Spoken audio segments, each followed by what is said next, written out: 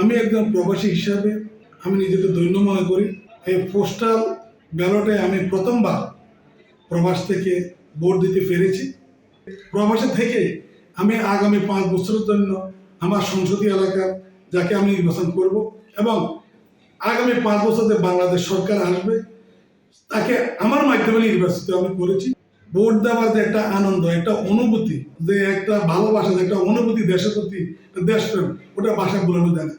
এটা ওমানে 8 লক্ষ প্রবাসীদের মনের কথা এবং পুরো পৃথিবীতে ছড়িয়ে ছিটিয়ে থাকা প্রায় 1.5 কোটি প্রবাসীদের কথা। আমি ধন্যবাদ জানাই সরকার প্রধান ডক্টর ইউনূস স্যার সহ যত উপদেষ্টা আছে উপদেষ্টাবৃন্দকে এবং ওমানের সকল প্রবাসীদের পক্ষ থেকে আমাদের প্রাণপ্রিয় রাষ্ট্রদূত জনাব মেজর স্যারকে।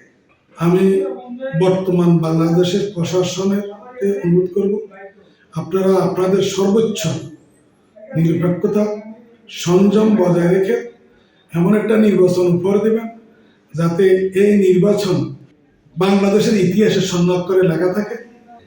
আমরা প্রবাসীরা দিনে 24 ঘন্টা কাজ করে আমরা দেশের রেমিটেন্স পাঠাই। আমাদের সুখ দুঃখ একমাত্র আল্লাহ তাআলা ছাড়া, আর যারা প্রবাসে আছে তারা ছাড়া কেউ দেখে না। তাই আমি আগামী 12 তারিখের পরে যে সরকার আসবে ইনশাল্লাহ আপনারা প্রবাসীদেরকে ফোকাস করতে চেষ্টা করবেন, প্রবাসীদের চাওয়া পাওয়ার প্রতি আপনারা দৃষ্টি রাখবেন, কারণ এই প্রবাসীদের রেমিটেন্স দিয়ে কিন্তু বাংলাদেশ এখনো টিকে আছে। যদি প্রবাসীদের রেমিটেন্স প্রভাব বন্ধ হয়ে যায় তাহলে চিন্তা করেন বাংলাদেশের অর্থনৈতিক কত নাজুক হবে। বিভিন্ন দেশে প্রবাসী যারা আছে 5% সচ্ছল আর 95% এত সচ্ছল না। 10 বছর কন্টিনিউস করে তারপরে সে যদি দেশে চলে যায় তাহলে সে বেকার হয়ে যায়।